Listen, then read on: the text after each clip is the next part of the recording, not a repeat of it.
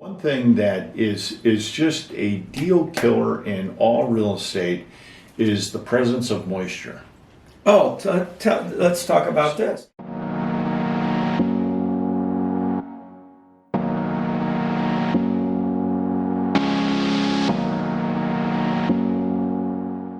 Hello, my friends. Welcome back, and I'm welcoming you back too, Dale.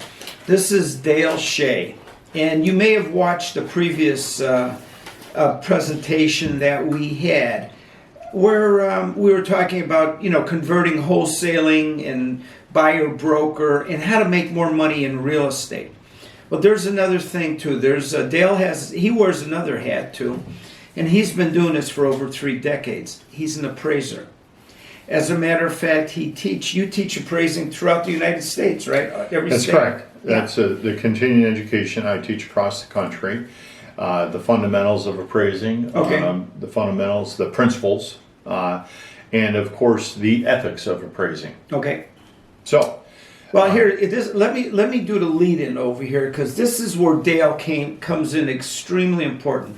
One is what you're going to hear in the next several minutes over here is basically a derivative of over 3 decades of him in appraising. And appraising is not a dead science. It's actually a very live science. There's the I values. call them art and science. Excuse me. Art and science. Art and science. Okay. But there's ways as fix and flippers, rehabbers, people that are looking to increase the value in real estate. And, they buy a beat up piece of property, they want to build something nice, and they want to make money.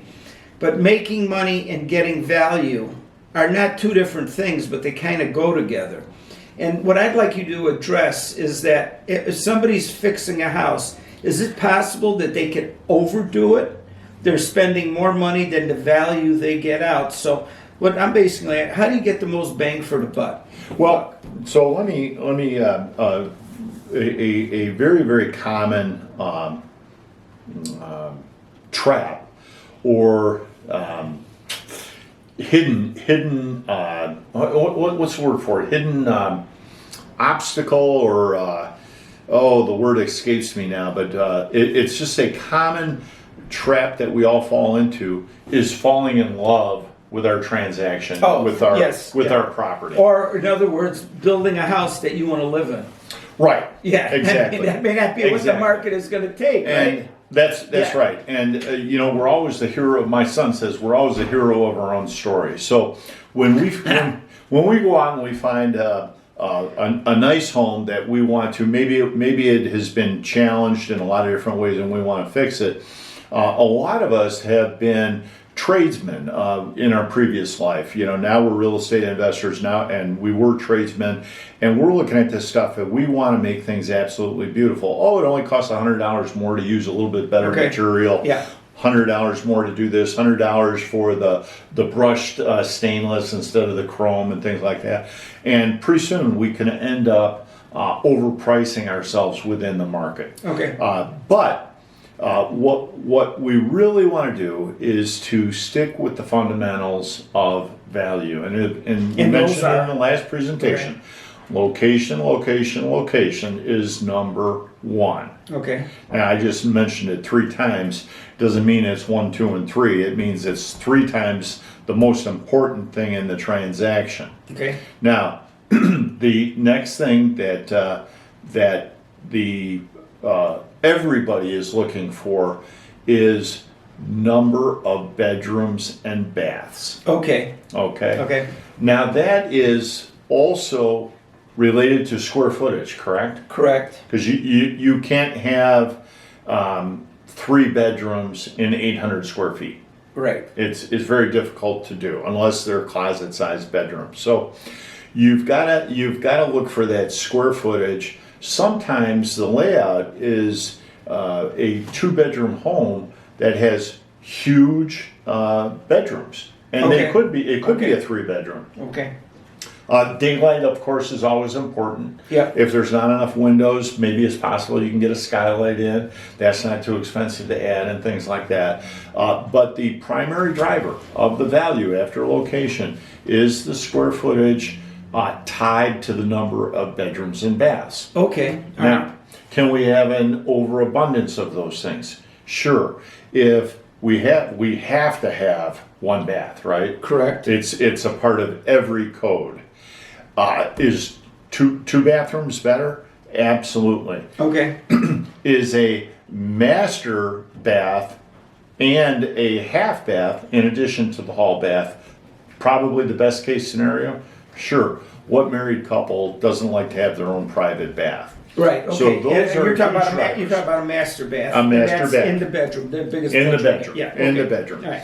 So these are huge motivational factors or hot buttons for any market. Okay. Because we know that all couples like to have their own master bath within their bedroom and things like that. But if that's not possible, then it's even just an extra half bath.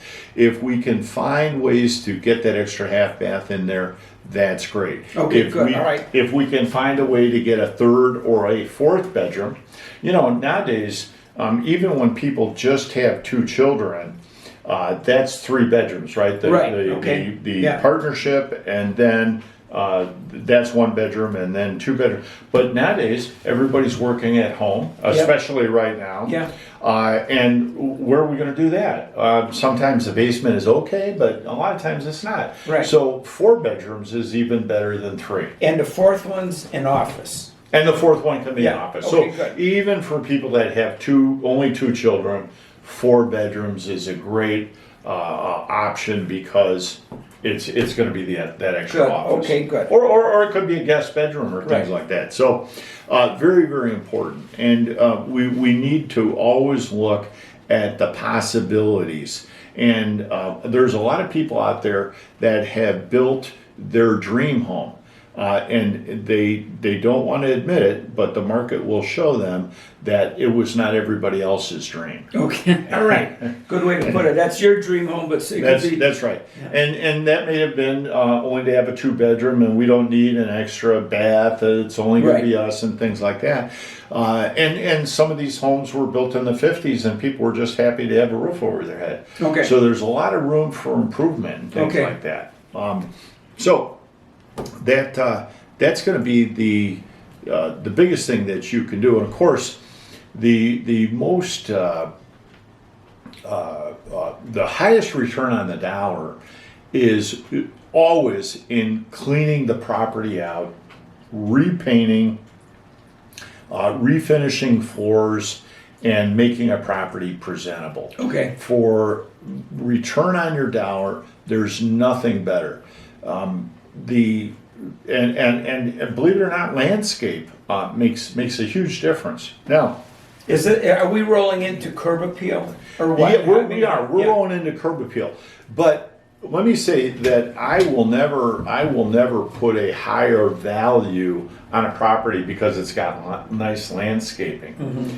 I will put a higher value on a property if in every category, landscaping, cleanliness, sharp lines, everything contributes to an overall rating of above average. Okay. So it's a lot of little details that will allow me to push a property up to the higher end of the range for the area. So what you're saying is that the whole is greater than the sum of the parts, and if each of the parts is just a little bit better, it could have an overall more dynamic, more value. Absolutely. Okay, good. And most of it does not cost a lot of money. It's time.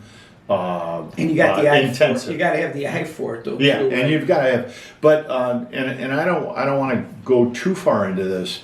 The one thing that is just a deal killer in all real estate is the presence of moisture.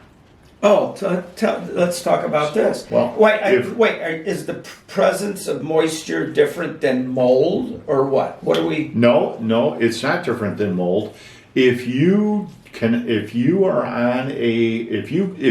are looking to buy a property and there's a water problem, is that a serious problem? I think so. It's something you got to really look into. Absolutely. Yeah. If anybody out there has had their basement flood, as I did 3 years ago, I had the water rise in my lower level, it's a split level, rise 8 inches, and a half hour later it dropped down.